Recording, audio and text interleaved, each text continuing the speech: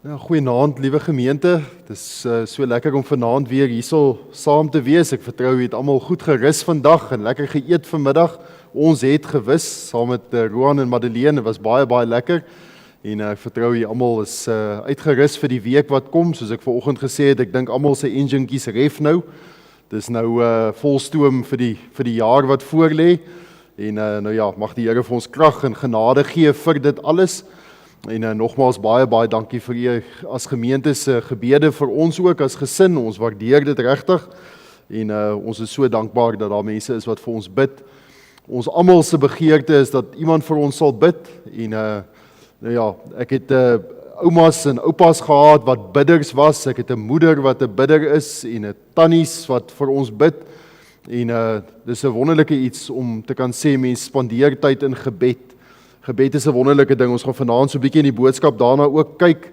Maar mag dit sommer van die staanspoor af ons nuwejaarsvoorneme wees om te bid, om tyd in gebed te spandeer vir mekaar, vir die gemeente. Bid vir Dominee en mevrou. Dit is so 'n riem onder die hart, glo ek, vir 'n predikantspaar as hulle weet mense staan by hulle en bid vir hulle. En het 'n kosbare herderspaar. Die Here het vir u geseën met 'n man wat regtig met die Here wandel.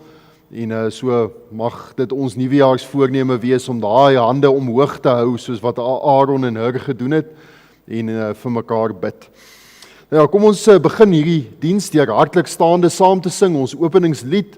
Ons gaan sommer dadelik oor en sing hartlik staande saam soos die lied op die bord verskyn. Daar is krag, wonderbare krag in die kosbare bloed van die lam. Staande hartlik saam.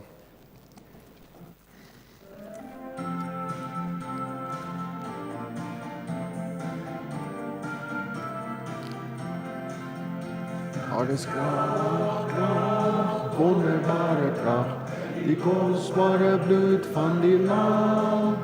Daar is krag, wonderbare krag, in die kosbare bloed van die lam. Ere aan die lam, ere aan die lam, hy het sy bloed gestort vir my. Hy sal my met krag besaag, ek kom nooit kan waag.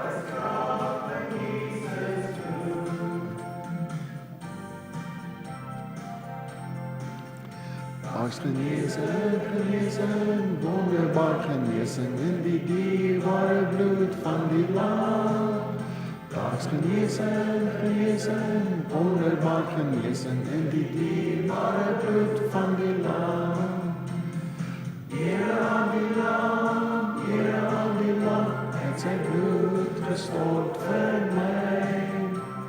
Vir my met krag bestaan, sodat ek nooit hoef te dwaal. Daar is krag in Jesus bloed.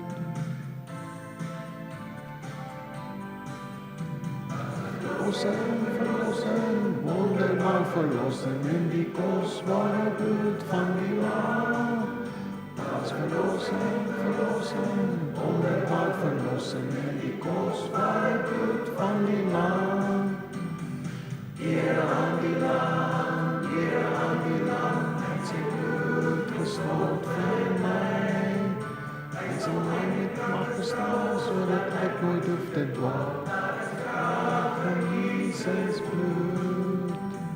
Ere aan die lam, hy het sy bloed gestort vir my. Hy sal my met krag bestaan, sodat ek nooit hoef te dwaal.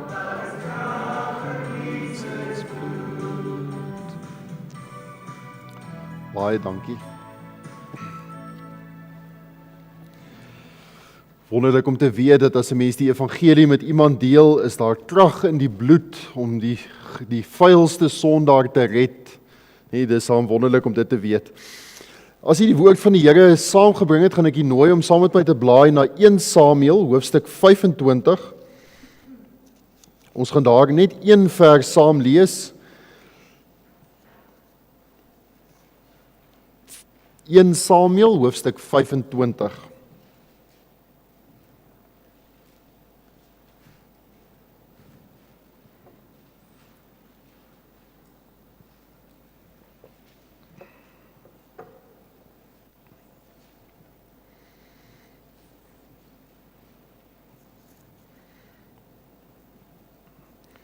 1 Samuel hoofstuk 25, ons gaan die eerste vers saam lees, maar terwyl die Bybel so oop is, kom ons buig net ons hoofde en dan bid ons net saam. Hemelse Vader, baie, baie dankie dat ons vanaand so kan saam wees weer, soos ons alreeds saam gebid het. En ons vertrou, Here, dat die liedere wat ons gesing het, alreeds 'n lofoffer was vir die Here, en dat U ook hierdie lofoffer aanneem en sien dat ons harte dankbaar is vir U. Ons het nou net gesing oor die kosbare bloed van ons Here Jesus Christus, en daar is vir ons niks so wonderlik nie, om te weet dat U bloed reinig waarlik van sonde en van ongeregtigheid. Dit is die offer vir ons sonde, en ons is dankbaar, Here, dat dit 'n volkome offer is, waarvoor ons harte ewiglik voor U sal buig, in dankbaarheid vir die kruis van Golgotha, en vir U dood, vir U bloedoffer, en vir die opstanding in die leë graf, en dat ons voor U aangesig vir ewig sal wees op grond van die wonderlike werk van ons Here Jesus. Ontvang vanaand dan die lof en die aanbidding van ons harte.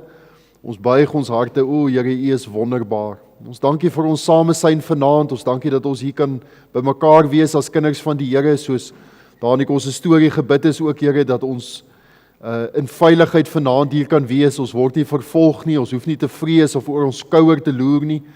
Ons het die geleentheid om vanaand na U woord te luister, en ons kan 'n verwagting hê dat U dit sal doen, en dat ons deur U genade weer in veiligheid vanaand kan huis toe ry.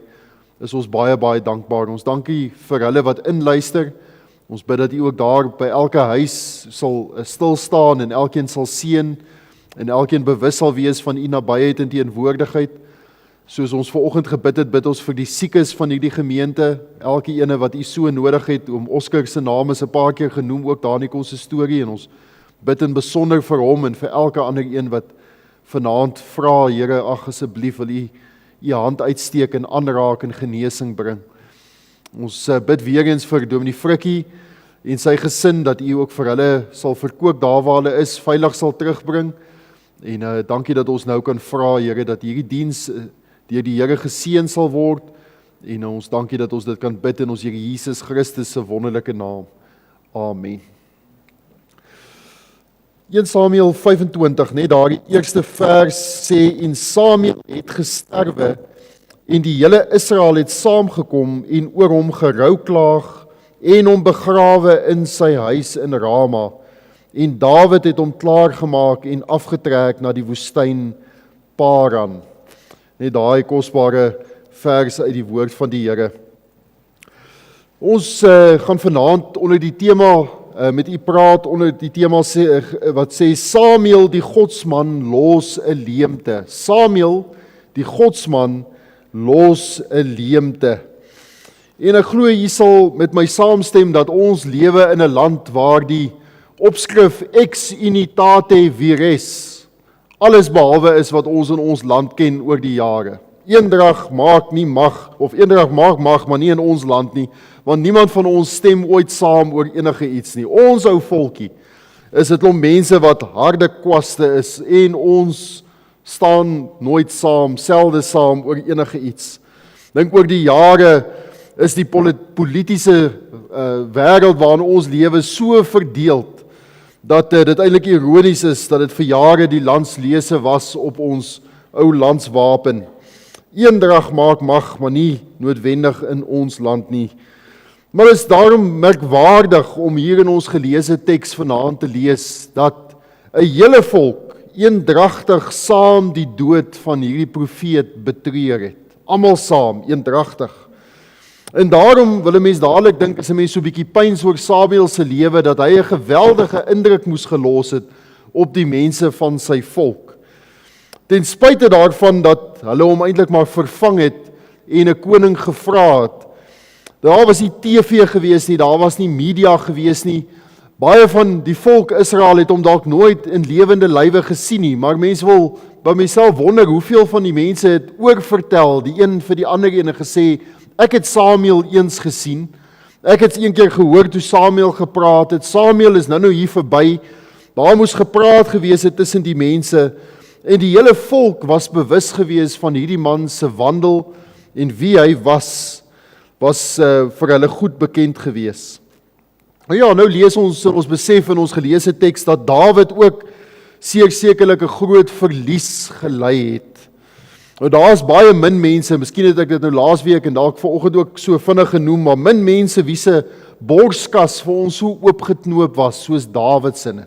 Ons kon reg binnekant in sy hart inkyk. As 'n mens die woord lees, die psalms, maar ook dit wat vir ons opgeteken is oor Dawid se lewe, dan kyk 'n mens reg binne in hierdie man se hart. Mens weet presies wat hy was. Niks is weggesteek nie. Miskien behalwe nou vir 'n tydjie van sy sonde het hy dit so bietjie verdoesel, maar daarna weer oopgeknoop. Alles duidelik vir ons. Ons ken sy stryde en ons lees oor sy oorwinnings. Hy was 'n gewone mens, een wat ons gewone mense mee kan vereenselwig. En ek glo baie mense sal sê hulle gunsteling persoon in die Bybel, benewens ons Here Jesus natuurlik, is Dawid, want ons kan so maklik met hom vereenselwig. Ons weet presies wie en wat hy was. Ons verstaan hom. Nou is die kommentators dit eens dat Dawid vir 2 redes na die woestyn Paran toe afgetrek het. Ons geleesde teks sê na hierdie dood van Samuel het Dawid hom klaar gemaak en afgetrek na die woestyn Paran. 2 redes. Die eerste was vir sy veiligheid gewees. Net die vorige hoofstuk was hy daar in die spilonk en daar weer eens het hy voor Saul gestaan nadat hy Saul se lewe gespaar het en weer eens sy hart so bietjie oopgeknoop daar vir Saul gesê, is ek nou regtig so sleg as ek hierdie vlooi of hierdie dooie hond dat hy agter my sou aantrek en my sou jag soos 'n dier, want Dawid het besef sy opregtheid voor die Here is mos nou duidelik sigbaar.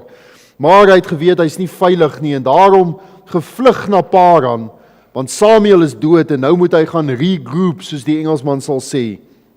Maar daar was 'n ander rede en ek het 'n paar kommentators nageslaan wat sê hulle glo dat met die lees van hierdie teks dit tog beteken dat Dawid ook gegaan het om die dood van Samuel te gaan betreur, net soos die volk.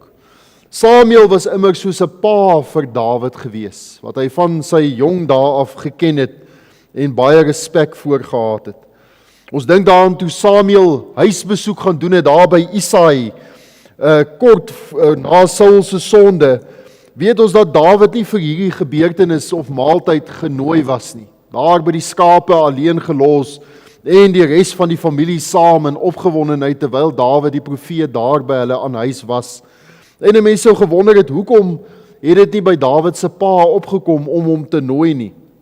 1 Samuel 16 vers 10 sê vir ons, so het Isaai dan sy 7 seuns voor Samuel laat verbygaan, maar Samuel het aan Isaai gesê, die Here het hulle nie uitgekies nie. Verder het Samuel aan Isaai gevra, is dit al die seuns? En hy sê, die kleinste is nog oor. En daar dink hy nou aan die jongste daar by die skapies. En kyk, hy pas skape op. Toe sê Samuel aan Isaai, stuur en laat hom haal, want ons mag nie om die tafel gaan sit voordat hy hier kom nie. Weerens wil mens nie iets in die teks inlees nie, maar mens wonder tog hoekom dit nie vir sy pa belangrik was om hom te nooi na die maaltyd toe nie. Was dit net dat sy werk baie belangrik was of was hy net te gering in sy pa se oë? Daarna lees ons dat Isaai die toeskouer was van Dawid se salwing as koning. En 'n mens sou wonder wat dit in 'n pa se hart na vore bring, om dit te aanskou en te sien hier voor my ander seuns in gesin, voor my eie oë word my seun as koning gesalf, en daarna geen spesiale behandeling nie, want ons lees in 1 Samuel 16 vers 20, Isaai neem toe 'n esel, brood en 'n leersak met wyn en 'n bokkie en stuur dit met sy seun Dawid na Saul. En dan lees ons verder in hoofstuk 17, die bekende hoofstuk van die slag van die terpentynboom. En Dawid het heen en weer gegaan van Saul om die kleinvee van sy vader in Bethlehem op te pas. Dis nou nadat hy daar vir Saul gespeel het. Toe het Isaai aan sy seun Dawid gesê, neem tog vir jou broer se eva van hierdie gebraaide koring en hierdie 10 brode en bring dit gou vir jou broers na die laar toe. Maar hierdie 10 skywe kaas moet jy bring na die owerste oor 1000 en jy moet ondersoek doen na die welstand van jou broers en van hulle 'n pand saambring. Vir Isaai 'n jong seun wat moes dien vir sy pa, 'n posbode in 'n mate. En sekerlik was Samuel daarom vir Dawid soos 'n vader, een wat so bietjie insaag gegee het. Ons lees nie veel van die verhouding van Dawid met Isaai nie. Ons weet nie of daar enige iets was nie, dalk was daar 'n goeie verhouding, en omdat ons dit nie lees nie, kan 'n mens die afleiding goed maak dat Samuel vir Dawid 'n baie kosbare man was. Iemand wat hom oor Dawid ontferm het, na wie se raad en wysheid hy kon luister, en so was dit ook vir die volk. Die ou kommentator F.B. Meyer het gesê, dat die verlies van 'n goeie man enige tyd 'n gevoelige verlies is. Maar vir Israel wat gelei was deur 'n koerslose koning soos Saul, was dit 'n reuse slag om Samuel te verloor. Nie net sy onwrikbare wandel met God as voorbeeld nie, maar ook sy voorbinding vir die volk sou geweldig gemis geword het. Daar is 'n leemte gewees. Ek is so 2 jaar gelede in die diepkant ingegooi daar in Tuine gemeente toe die vorige predikant daarso geëmigreer het. Die week net nadat hy geëmigreer het, is 'n lidmaat skielik oorlede. Nie eintlik skielik nie, hy was eintlik lank siek gewees, maar toe hy nou siek is, toe gooi hulle my in die diepkant en vra of ek die begrafnis sal waarneem. Daar was niemand anders te beskikbaar nie, eerste week van Januarie, as ek nou reg kon onthou. En daar staan ek groot oog. Ek het nie 'n idee hoe om 'n begrafnis te hou nie. Dis snaaks dat 'n mens by hoeveel begrafnisse was, en dan skielik kom mens agter, mense het nooit opgelet in die klas nie, nê. So ek het rondgebel en rondgevra, wat moet ek doen, hoe moet ek dit doen? Daar staan ek nou uiteindelik en ek neem die begrafnis waar. Die eerste deel daarom verby die kerkgedeelte en daar by die ter aarde bestelling is ek sommer reguit na die graf toe. Ek het nie eens gedink daaraan om saam met die stoet soontoe te stap nie, want ek wil nou my gaan oriënteer. Ek moet nou mooi my gedagtes bymekaar kry. En terwyl ek nou daar staan, nou meet ek letterlik die graf, want die vorige predikant het vir my gesê, jy moet nou sien, as dit 8 voet is, dan moet jy dit en dat sê, as dit 6 voet is, dan het jy net tyd vir Psalm 23, en so aan, en daar staan ek nou, en nou meet ek met my oog, en terwyl ek nou daar staan by die graf, kom die 2 seentjies van die oorledene aangehardloop. Hulle hardloop vooruit, want die stoet is nou nog besig om die kus uit die lijkswa uit te haal. En ek staan daar so, en hier kom die 2 seentjies, en hulle loer so oor die graf, en hulle vra vir my, oom, of die oudste enetjie kyk op na my en sê, oom, is dit waar ons vir pappa gaan begrawe? Is dit waar ons hom gaan bære? Onthou ek sy woorde. En met baie seer en hartseer in my hart sê ek toe vir die jong seun, ja, dit is waar ons vir pappa gaan bære in hierdie gat. En hy hardloop weer terug, tevrede, hy weet nou waar pappa gebære gaan word. En terwyl hulle so terug hardloop, toe kyk ek so na die gat en ek dink toe by myself, dit moet nou nie so wees soos wat die ou mense gesê het, dat na die graf toegegooi is en die eerste reën kom, dan settel die graf mos, dan raak hy so duik in die grond mos nou. En daai duik moenie die enigste indruk wees wat my en u lewe ooit los by mense. Dit moenie die enigste voetspoor wees wat ek en u los wanneer daai graf so bietjie ingesak het nie. Ons spore behoort diep te wees deur God se genade. Hy sê verleer vir ons daar in Psalm 23 vers 3, hy verkoop my siel, hy lei my in die spore van geregtigheid om sy naam ontwil. En ek het daai spore van geregtigheid omkring en vir myself gesê, Here, die spore van geregtigheid is dit wat ek en u moet agterlaat, sodat wanneer mense in ons spore loop, wanneer ons kindertjies dan nou uiteindelik in daai spoortjies trap, dan trap hulle ook in die spore van geregtigheid om sy naam ontwil. Want dis waar die Here, die goeie herder, tog immers vir ons wil lei. Hierdie feestyd wat verby was, het ons sosiaal verkeer en ons was saam met familie en geliefdes gewees. En ek het myself die vraag afgevra of ons, ek self, u dalk, terwyl ons daar was, 'n indruk gelos het by mense. Ek wonder of mense na ons lewe gekyk het en gewonder het by hulle self, hoe kan dit wees dat iemand so ver kon gegroei het geestelik in die jaar wat verby was? Het hulle enige iets raak gesien? Kon hulle gesê het dat hierdie persoon, hierdie oom, hierdie tannie, hierdie man, hierdie vrou, ek kan sien, daar was 'n wandel met God gewees, groei, iets het toegeneem, daar is iets anderster. Miskien by die tafelgebed gehoor, hierso is iemand wat naby aan God is, nie soos laas jaar of die jaar van tevore nie, iets anderster aan hierdie persoon. Sou iemand opgemerk het dat ek en u met God gewandel het in 2025? Ek sien my slimfoon sê deesdae 1 keer 'n week vir my hoeveel tyd ek met die foon spandeer het in vergelyking met die vorige week. Partykeer meer, partykeer minder. Is wonderlik as dit minder was. Maar ek dink tog met myself, daar moet hom iets wees in ons harte wat roer en sê, hoeveel tyd het ek met God spandeer? Hoe ver het my lewe vooruit gegaan in die afgelope jaar? Daarom is dit miskien goed dat ons net so vir 'n kort paar minute so 'n bietjie na Samuel se lewe kyk en dit bestudeer. En dit so 'n bietjie betrag, soos die ou Afrikaanse woord sê, nee, nie net kyk nie, maar ook waarneem en doen wat vir ons voorgehou word. In die eerste plek leer Samuel se lewe vir ons dat Samuel die godsman was 'n man van gehoorsaamheid gewees. As ons so 'n bietjie terug sou blaai in hierdie eerste boek van Samuel, daar na die 3de hoofstuk, dan lees ons daar wat ons net opgevolg het, net na dit van Hanna wat ons vanoggend gelees het. Toe het die Here gekom en gaan staan en geroep, soos die vorige kere, Samuel, Samuel.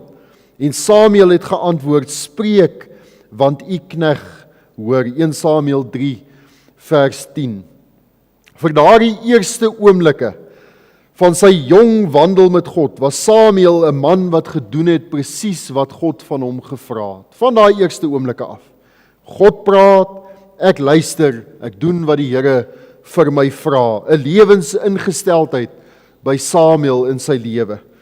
En dadelik terwyl ek voorberei het my gedagtes gegaan na Halleluja 2:9-6, hierdie bekende woorde wat ons goed ken en gereeld sing, wat sê, sonder my nou af tot u diens, o Heer, deur die krag van u genade.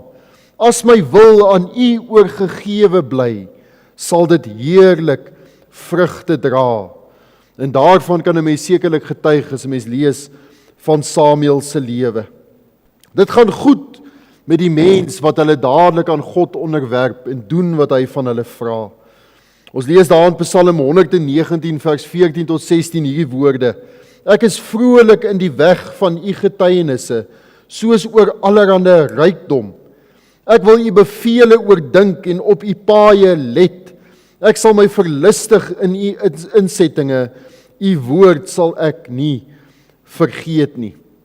Ek het nou so 'n bietjie oor die feestyd, terwyl ek aan diens was daar by die kweekskool en nêrens heen kon gaan nie, so 'n bietjie cricket gekyk. Nou sien ek hierdie T20 reeks, die ouens vang die bal so met een hand. Ek weet nie of u gesien het nie. Dan spring hulle op en af. Hulle word omhels, hulle word op die skouer geklop. Daar's blydskap, want dit is met een hand nou net gevang, 'n klomp rykdom. Nou sê die psalmis vir ons, ek is vrolik in die weg van u getuienisse, soos oor allerhande rykdom, blydskap, want ek het God gevind, ek het sy weg gevind, ek is gehoorsaam aan hom, sy insettinge, sy getuienisse is vir my goed, dis iets wat ek ontdek het, dis vir my wonderlik, ek wandel daarin, dis blydskap en vreugde. Ek oordink sy bevele, ek let op my paaie, en ek sal my verlustig, daar's vreugde, daar's blydskap, om dit te bepeins en te oordink en my daarin toe te wy, ek verlustig my in die insettinge, u woord sal ek nie vergeet nie. Dit moenie vir ons swaar wees om die Here te gehoorsaam nie.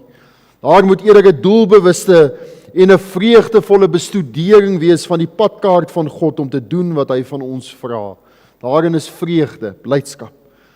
Ons Here Jesus het vir ons die voorbeeld gestel, want ons lees daarin in Matteus 26, my Vader, as dit moontlik is, laat hierdie beker by my verbygaan, nogtans nie soos ek wil nie, maar soos u wil, het ons vanoggend ook na gekyk, vreugde, en dan word dit alles vir ons in perspektief gesit.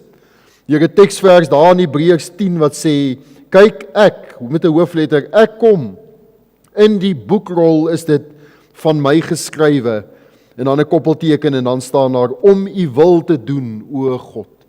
Dis hoekom ons hierdie Jesus na hierdie aarde toe gekom het, om die wil van sy Vader te doen.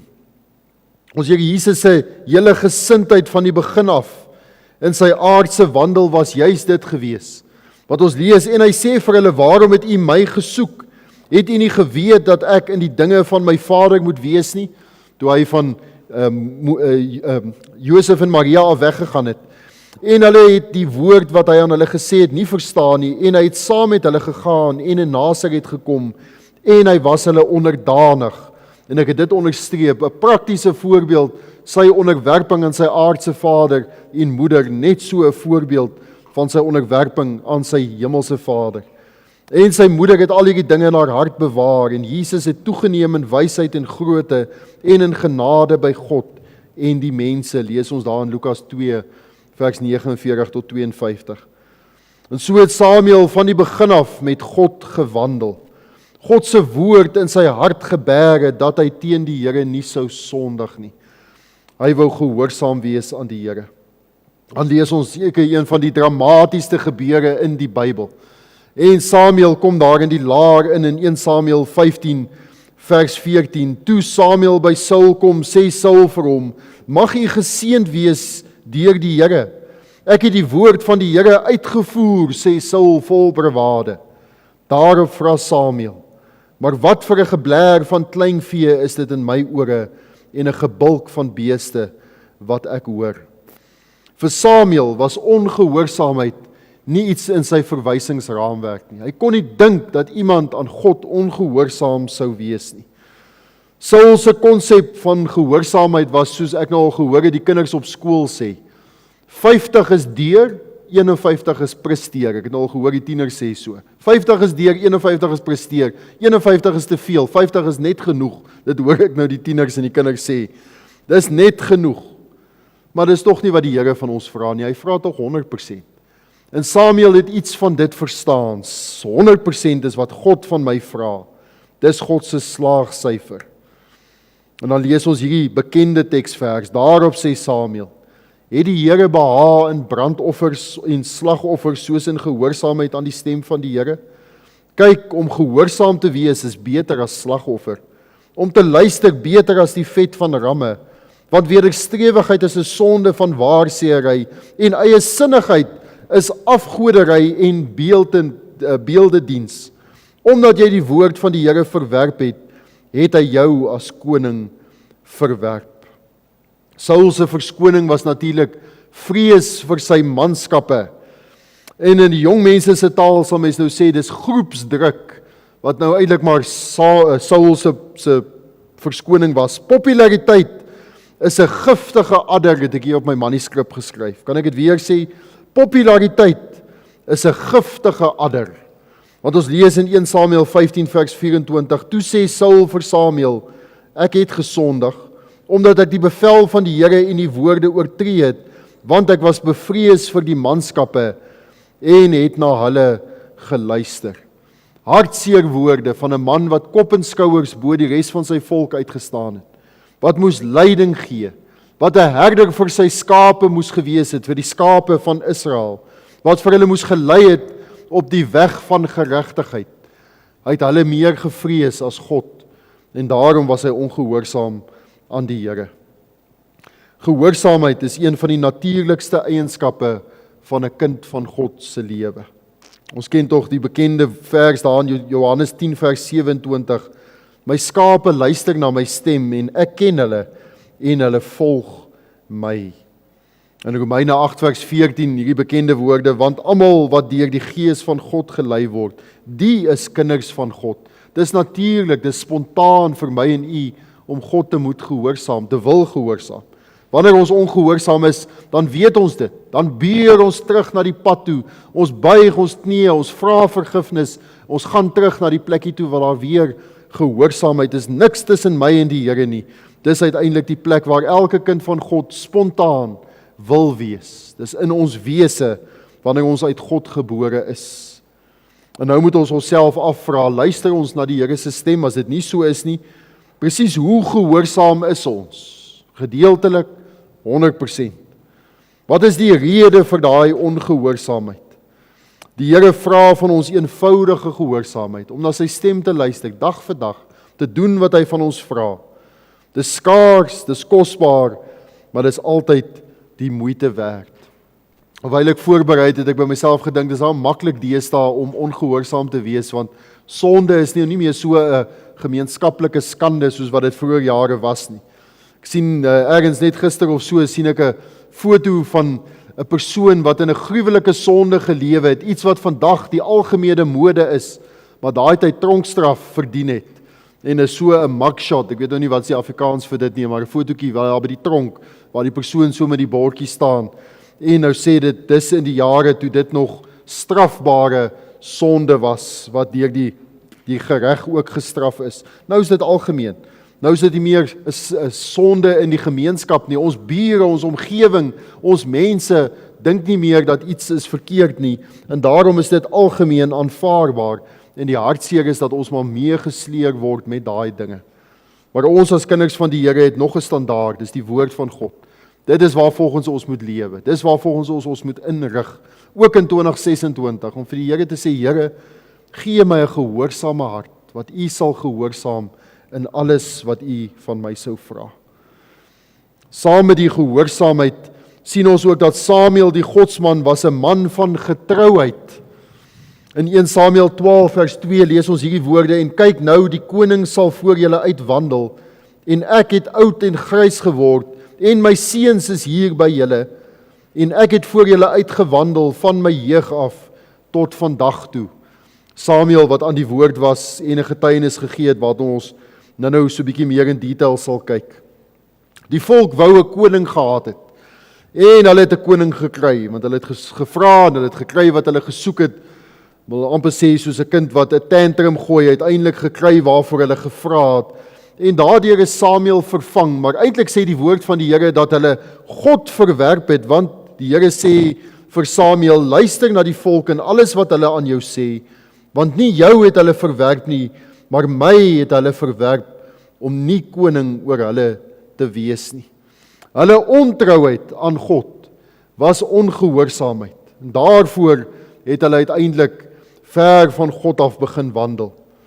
Saam met dit was Samuel se kinders ook nie getrou gewees nie. 'n Hartseer verhaal van Samuel se lewe is dat hy hulle as rigters aangestel het, en dan lees ons van hulle lewe dat hulle onregverdige wins agterna geloop het, dat hulle omkoopgeskenke aangeneem het, en dat hulle die reg verdraai het, lees ons daar in 1 Samuel 8 vers 3.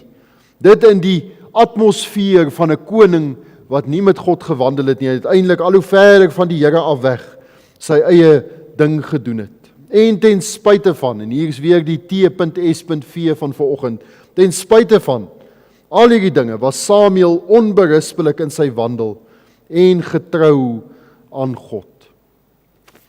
Jy weet, getrouheid se grootste toets, en u sal dit goed weet, die van u wat al jare op die pad is, getrouheid se grootste toets, kom gewoonlik wanneer ek en u alleen staan, wanneer daar nie ander mense langs ons is nie, wat saam met ons vorentoe beer en die Here dien nie. Wanneer niemand anderste rondom my die Here liefhet nie, dis wanneer getrouheid se grootste toets kom. Om dan getrou te wees aan God se woord, te weet, die Heilige Gees herinner my aan wat die Here gesê het, en ek moet nou my daaraan onderwerp. Om daarom ook my aan die landswette te onderwerp, om die reëls by die werk of die skool te hou, of my aan my ouers se gesag en opdragte te onderwerp, in die groot dinge en in die klein dinge getrou te wees. Wanneer ek dit alleen doen, is wanneer dit die moeilikste is. Dan doen Samuel nou verslag oor sy wandel in hierdie 12de hoofstuk waarna ek nou verwys het. Hy sê, hier is ek, getuig teen my voor die Here en voor sy gesalfde, wie se bees ek geneem het, wie se esel ek geneem het, wie ek verdruk of hard behandel het, en uit wie se hand ek omkoopgeld aangeneem het, om my oë daarmee toe te maak.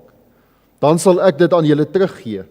Die 4de vers van hoofstuk 12 sê, en hulle antwoord, u het ons nie verdruk of ons hard behandel nie, en uit niemand se hand iets aangeneem nie.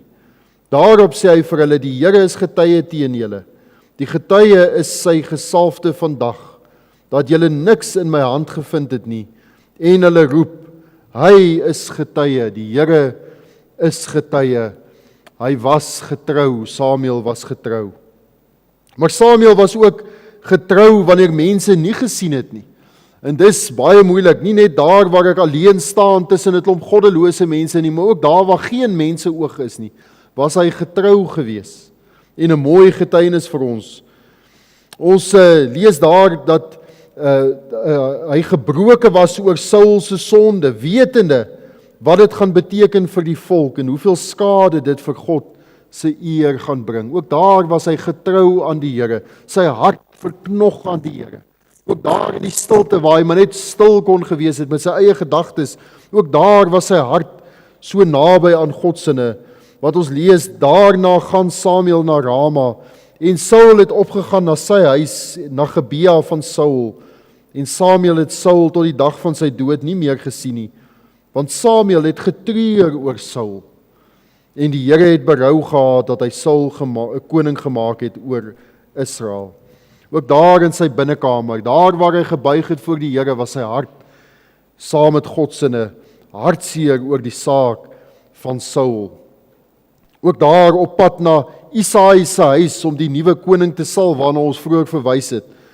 Dit was 'n lewensgevaarlike sending gewees, want 1 Samuel 16 vers 1 tot 2 sê, daarna sê die Here aan Samuel, hoe lank sal jy treur oor Saul, terwyl ek hom verwerp het om koning te wees oor Israel? Vul jou horing met olie en gaan heen. Ek stuur jou na Isaai, die Betlehemiet, want ek het onder sy seuns vir my 'n koning uitgesoek. Maar Samuel vra, hoe kan ek gaan? As Saul dit hoor, sal hy my doodmaak. Toe sê die Here, neem 'n jong koei met jou saam en sê, ek kom om aan die Here te offer. Lewensgevaar.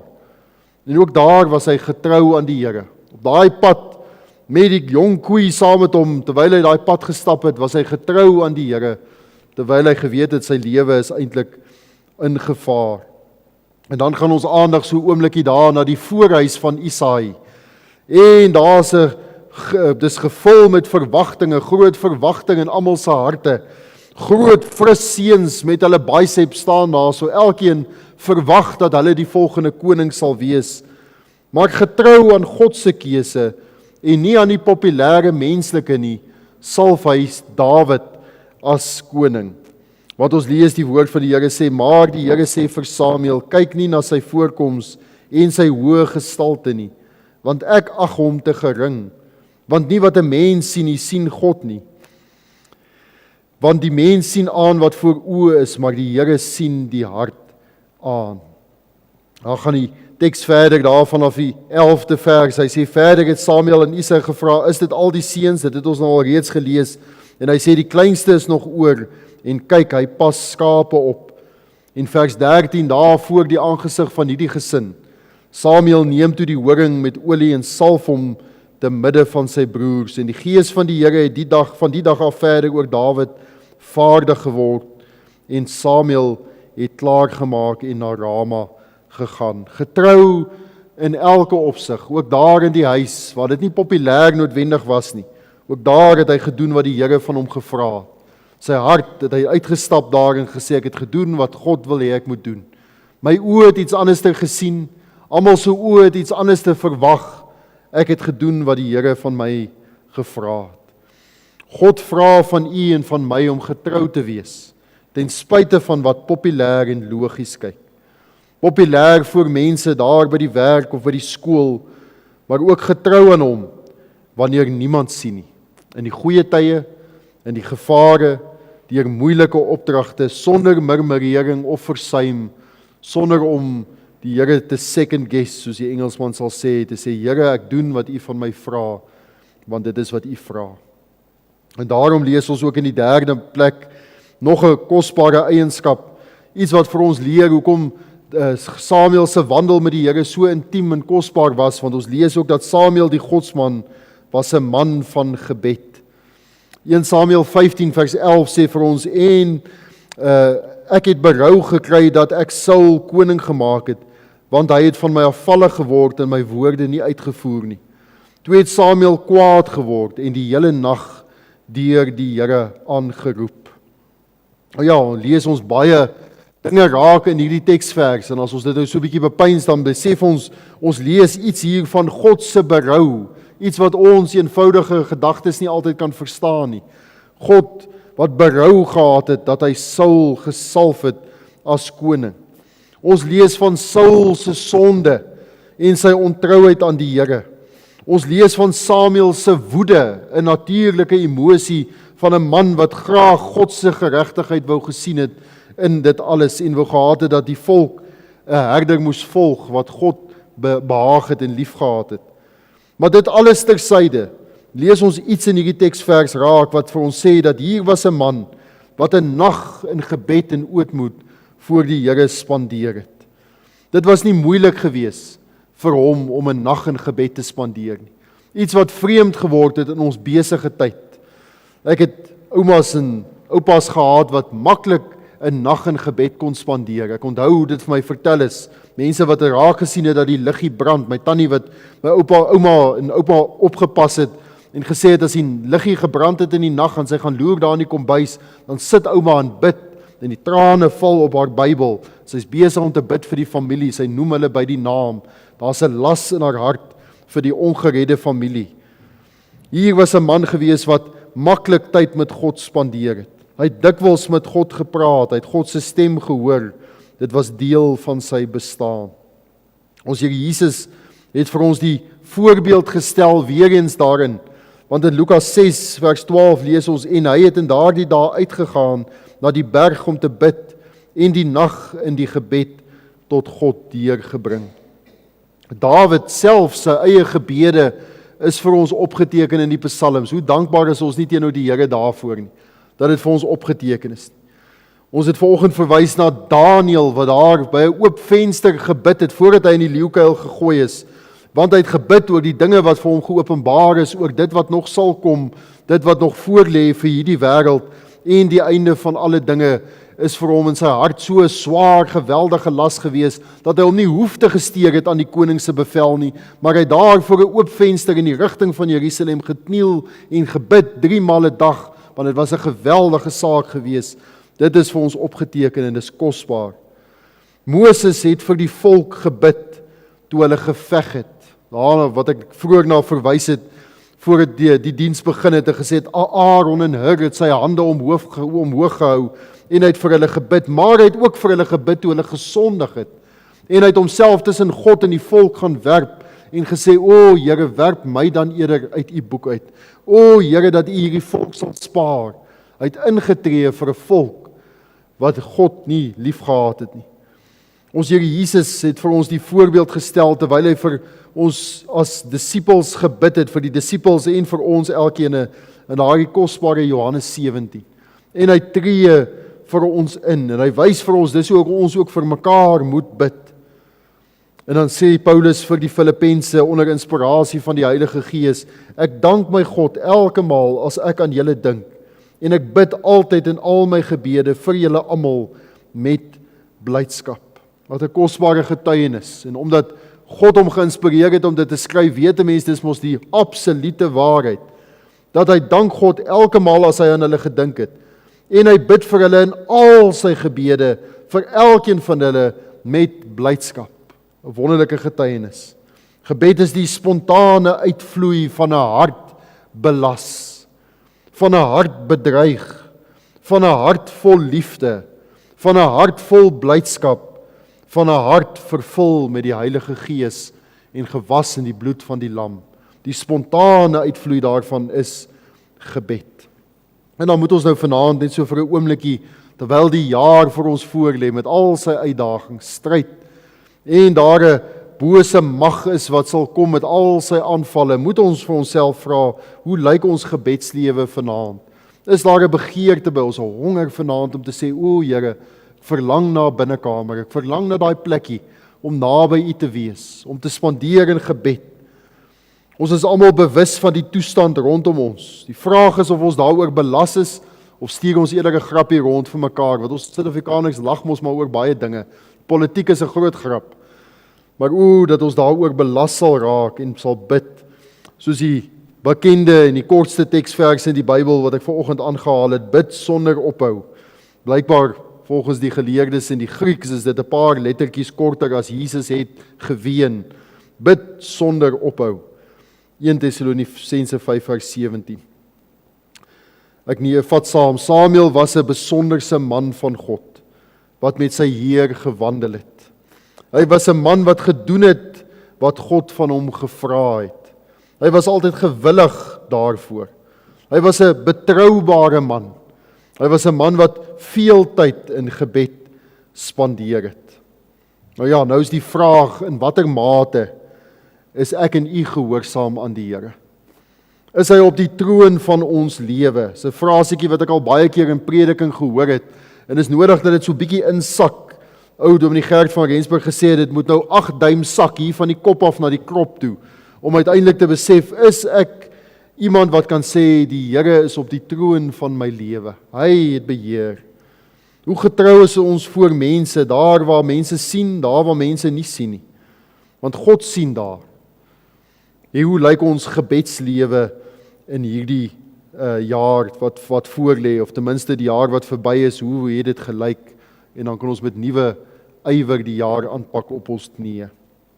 So 'n klompie jare terug, lê ek een aand daar in my kantoor en ek luister na 'n ou kasetopname. Ek het 'n klomp ou kasette gekry van ou predikers en predikante, en ek luister na die ou kaset van 'n prediker genaamd Douglas Crossman.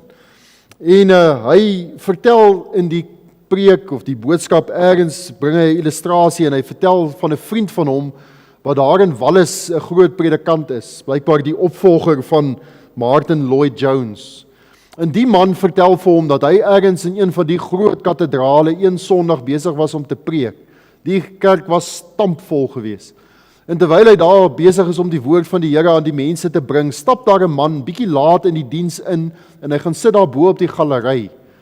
En die predikant vertel vir Douglas Crossman, hy sê, weet, ek het al baie jare baie wonderlike dinge ervaar in die Here se nabyheid, maar die oomblik toe daai man in die kerkgebou instap, toe is ons almal bewus van die teenwoordigheid van die Here. So asof ons oombliklik besef het dat daardie man het vanuit die teenwoordigheid van die Here in die diens ingestap en hy het met daardie atmosfeer van 'n nabyheid en 'n wandel met God ingekom en ons is bewus van die teenwoordigheid van die Here. En hy sê, die man vertel vir hom, of die predikant vertel vir hom, ek wou so graag uitvind wie die man is. En toe die volgende oomblik hoor ek so klik en daar is die kaset verby. Daai ou 45 minute kaset, die tyd is verby en die res van die boodskap is nie opgeneem nie. En daar sit ek in my kantoor die aand en ek dink myself, wel, dis nou grand, nou gaan ek ook nooit weet wie was die ou gewees nie, ek wil so graag gehoor het. Miskien was dit 'n groot prediker, miskien was dit 'n besonderse man, iemand wat 'n gebedslewe gehad het. Wie was dit gewees? Ek wonder. Nou ja, nou sal ek nooit weet nie. En na die tyd dink ek by myself, maar dis nou soos 'n blanko check. Nou kan ek maar net my eie naam daar invul en sê, ag Here, laat my lewe dan nou maar so wees. Laat my lewe so wees dat mense bewus wees van die teenwoordigheid van die Here as hulle met my praat. My gesin, my familie moet dit ook weet, né? Hulle moet ook daarvan bewus wees. Uitdaging vir my eie hart. Onthou, die vorige prinsipaal van die IB se Bybelskool het vertel dat toe hy daar in Engeland getoer het, toe gaan hy saam met 'n klompie mense na 'n plek toe en hulle hoor toe nou dat 'n baie bekende Walliese man wat gebruik is in herlewing, sy kleinseun bly daar in 'n huis in Wallis. Die onderdeel van die huis is 'n museum, want die oupa van hierdie man was wonderlik gebruik geweest. Ek kan nou nie onthou wie was dit geweest nie. Moet nou die naam het my nou ontgaan vir 'n oomblik. Maar in 'n geval, hy sê hulle gaan toe nou soontoe en terwyl hulle in die museum rondkyk en die memorabilia nou daarso na kyk, toe roep die sekretaresse hulle en sê dat die kleinseun het gevra of hulle saam met hom wil tee drink. En hulle geniet toe 'n koppie tee saam met hom. En nou ja, hy sê hulle het 'n wonderlike tyd gehad om saam met die ou man daar te sit en hulle kon ervaar dat dit 'n man was wat met die Here gewandel het. En na die tyd kom hulle weer daar by Dr. Colin Peckham wat hulle na Engeland toe genooi het vir die toer. En hulle vertel hom van die gebeurtenis en hy sê vir hulle, dis onmoontlik. Het julle saam met daai man tee gedrink? Hy sê daai man sal nie afkom vir die koningin nie. Hy drink saam met niemand tee nie, want hy het 'n lewe van gebed. Hy spandeer al sy lewe wanneer hy wakker is in gebed. Hy sê, dis onmoontlik, jy kan nie vir my sê, jy het saam met hom tee gedrink. Hy sê, wel, hy sê, ja, ons het saam met hom tee gedrink, het was 'n wonderlike tyd, en ons kon ervaar dat hierdie man met God wandel. Hy sê, daai man kom nie af vir niemand nie, want hy spandeer al sy tyd in gebed. Nou ja, dis nie vir ons moontlik nie. Dit kan mos nie wees nie, ons het 'n besige lewe, elkeen van ons gaan môreoggend waarskynlik besig raak met dinge, wat ons die hele jaar gaan besig hou.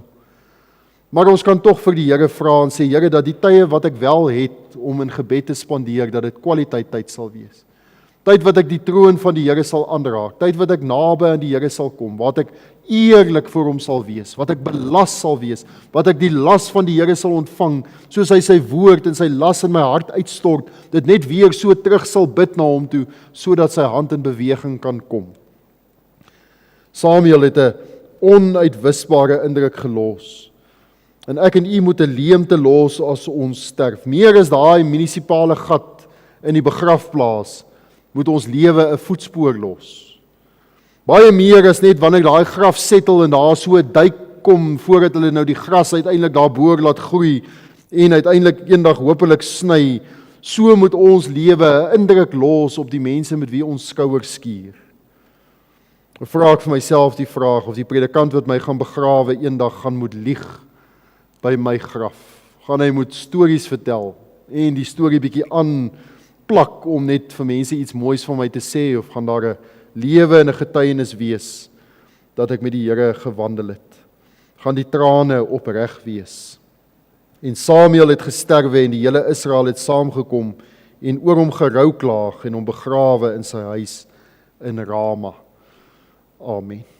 Kom ons sit net so en dan bid ons net saam. Here, baie dankie dat ons dan hierdie diens kan afsluit en kan vra dat U ons tog sal uitdaag uit hierdie man se lewe. Ons dankie dat dit vir ons opgeteken is, al die eer aan God, want hy het uiteindelik met U gewandel en dis U wat ons begeer. Dis die geur en die teenwoordigheid van ons Here Jesus wat ons na smag. Dis waarna ons verlang. U alleen vul ons harte en voed ons harte. Nie mooi dinge van mooi mense nie, maar die Here.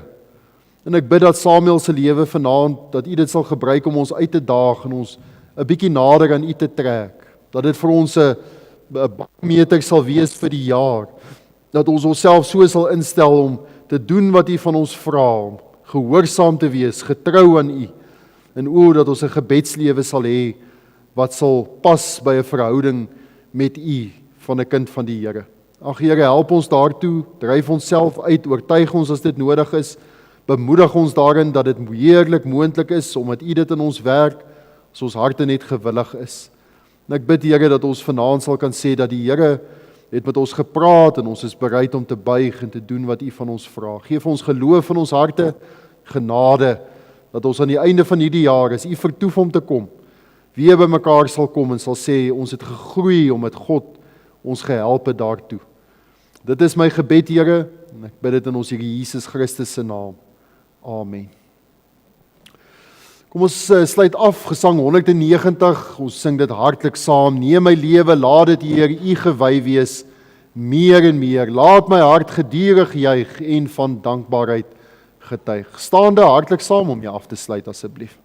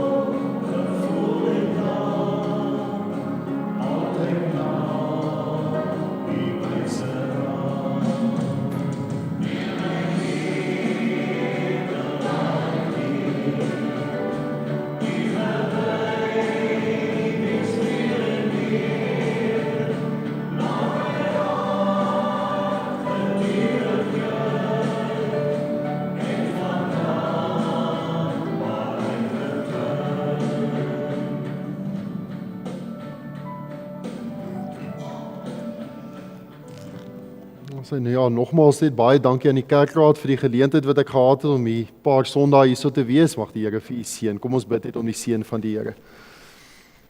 Here, ons dankie dat ons aan die einde van die diens dan kan vra dat die genade van ons Here Jesus Christus en die liefde van God ons hemelse Vader en die teere opsoekende gemeenskap van die Heilige Gees met ons elkeen sal wees en bly. Totdat ons Here Jesus ons kom haal en Here ons harte sê Maranatha. Kom gou Here Jesus. Amen. Baie dankie.